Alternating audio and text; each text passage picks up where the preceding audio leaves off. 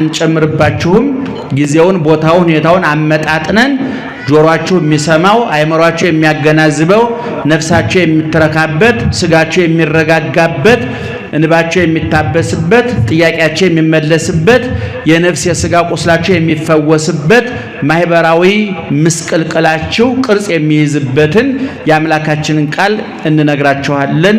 መልካም ፈቃዱ ይሁንልን። ሁለት ሴቶች አልኳችሁ፣ ግልጽ ነው። ሔዋንና እመቤታችን ናቸው። ዓለም ሁለት ቦታ የተከፈለ ነው። ብሉይ ኪዳን ዘመነ ብሉይና ዘመነ ሐዲስ። ከክርስቶስ በፊት የነበረው ዘመነ ብሉይ ይባላል። ዘመኑ መጽሐፉ ብሉይ ኪዳን ይባላል።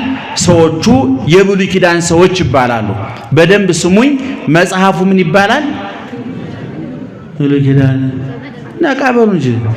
መጽሐፉ ብሉይ ኪዳን ይባላል። በሉት ምን ይባላል መጽሐፉ?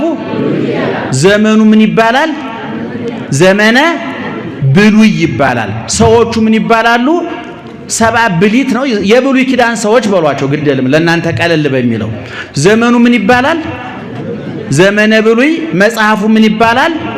ብሉይ ኪዳን። ሰዎቹ ምን ይባላሉ? የብሉይ ኪዳን ሰዎች ይባላሉ። ከክርስቶስ በኋላ ያለው ዘመን ደግሞ መጽሐፉ ሐዲስ ኪዳን ይባላል። ዘመኑ ዘመነ ሐዲስ ይባላል። ሰዎቹ የሐዲስ ኪዳን ሰዎች እንባላለን። እነዚህ ሁለት መጻሕፍት የሁለት ሴቶች ውጤት ናቸው። ብሉይ ኪዳን የሔዋን ውጤት ነው። እንደምታውቁት እግዚአብሔር ዓለምን የፈጠረው በስድስት ቀን ነው።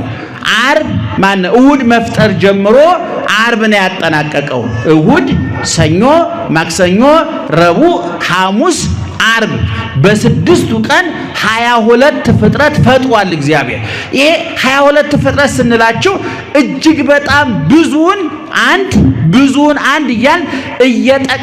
እየጠቀለልን እኛ ለመማር ለማወቅ ለመረዳት ለመጠቀምም ለማመስገንም እንዲረዳን ሊቃውንት ጠቅለው 22 አሉት እንጂ በዝርዝር እያንዳንዱ ቢጻፍ ሰማይ ምድር ወረቀት ባህሩ ቀለም እንጨቱ ሁሉ እስክሪብቶ ቢሆን ዓለም በጠቅላላ የሰው ዘር ጸሐፊ ቢሆን ተተንትኖ ተብራርቶ አይታወቅም።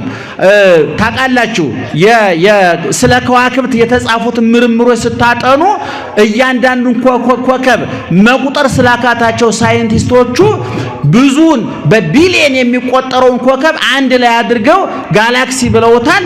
ጋላክሲ ማለት ደግሞ በብዙ ትሪሊየን የሚቆጠሩ ከዋክብት ክምችት ነው ተብሏል። ቁጥሩ አይታወቅም። ብዙውን አንድ ነው። ሳይንስም እየቆጠረ ያለው እኛም እየቆጠርን ያለ ነው።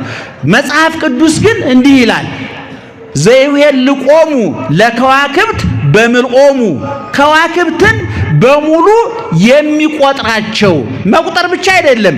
ወይጼውኦሙ ለኩሎሙ በበአስማቲሆሙ፣ ሁላቸውንም በየስማቸው የሚጠራቸው። ቅድም ነግሬያቸዋለሁ። አንድ ጋላክሲ ማለት እኮ በብዙ ቢሊየን ቁጥር ያላቸው ከዋክብት አንድ ላይ ተጠቅለው ሲጠሩ ነው አይደለም? የዓለም ሕዝብ ብዛት አሁን 7 ቢሊየን 8 ቢሊየን ነው። ስሙን አናውቀውም እውነቱን ለመናገር።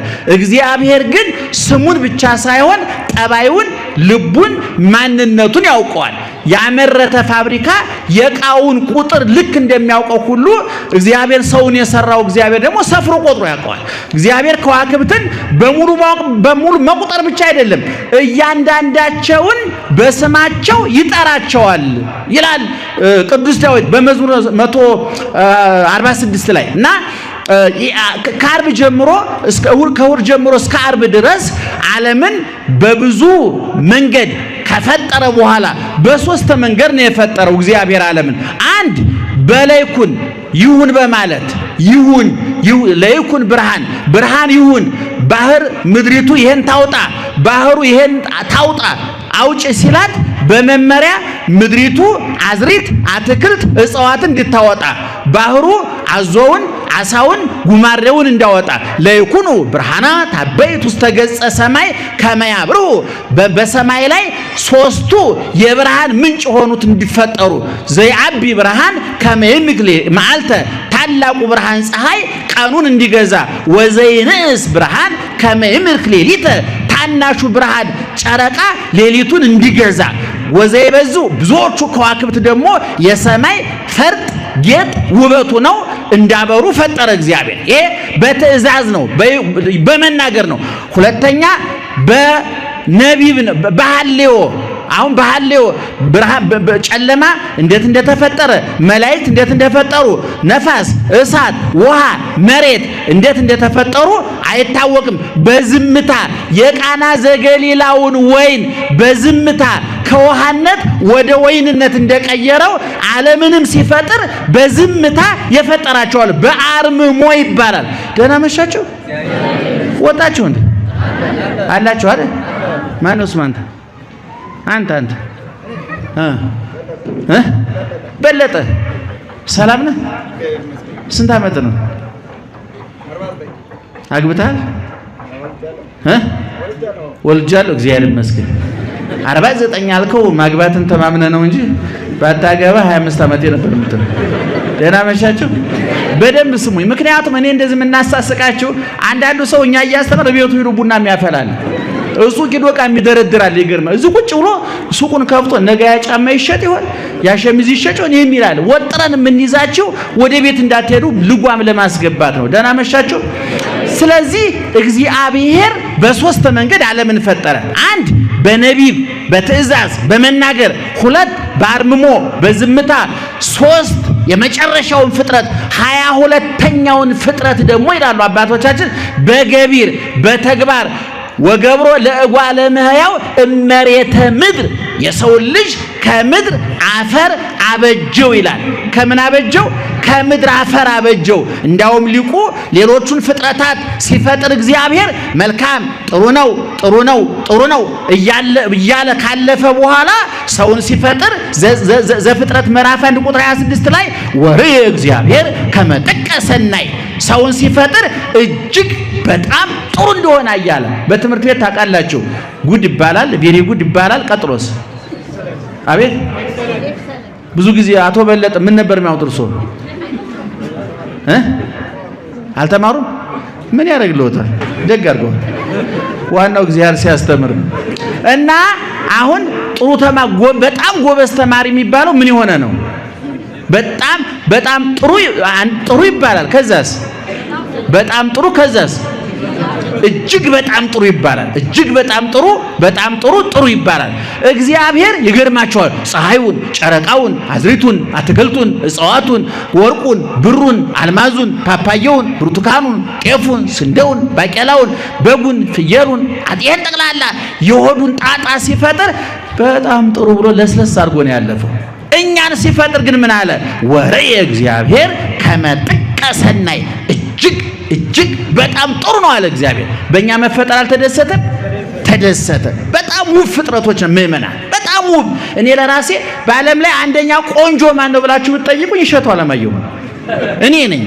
ምክንያቱም በውስጤ ደምግባቴ ማን ነው? ክርስቶስ ስለሆነ፣ ውበቴ ክርስቶስ ስለሆነ በእኔ ውስጥ የክርስቶስ ደም አለ፣ ቁስሉ አለ፣ ችንካሩ አለ፣ ፍቅሩ አለ።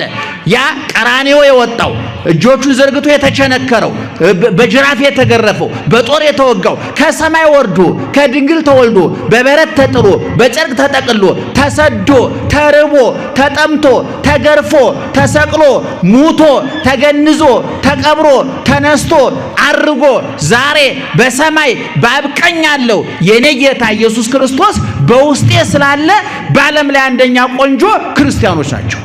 ውቦች እኛ ነን። ምናልባት የውበት መመዘኛው የኮከብ የመሰለ አይን፣ በረዶ የመሰለ ጥርስ፣ ዞማ ጸጉር፣ ይሄ የቁንጅና አወዳዳሪው ስጋዊ መመዘኛ ነው። የክርስቶስ መመዘኛ ሁሉን በጊዜው ምን አድርጎ ሰራው? አቤት ውብ አድርጎ ሰራው። ሁሉን በጊዜ ምን አድርጎ ሰራው? ውብ። አንተ ውብ ነህ፣ እኔ ውብ ነኝ፣ ሁላችን ውብ ነን። ይገርማችሁ። በማን አይን? እናትን ብትጠይቋት እንደ መጨረሻ እንደው መልክ የለውም ብሎ ሌላው ሰው ያገለለውን ልጅ እናቱን ብትጠይቋት በዓለም ላይ አንደኛ ቆንጆ ማን ነው? የሷ ልጅ ነው። እኛ ደግሞ የማን ልጆች ነን? ወደ ወገኖቹ መጣ፣ ወገኖቹ አልተቀበሉትም። ለተቀበሉት በስሙ ላመኑት ግን የእግዚአብሔር ልጆች ሆኑ ዘንድ ምን ሰጣቸው? ስልጣን ሰጣቸው። አንትሙሰ ሶበ ትጼልዩ ከመዝ በሉ፣ እናንተ ግን ስትጸልዩ እንዲህ ብላችሁ ጸልዩ። ምን እያላችሁ? አቡነ ዘበሰማያት ምን እያልን እንጸልያለን? አባታችን ጠቅላይ ሚኒስትሩ አይደሉም፣ የአሜሪካው ፕሬዝዳንት አይደለም።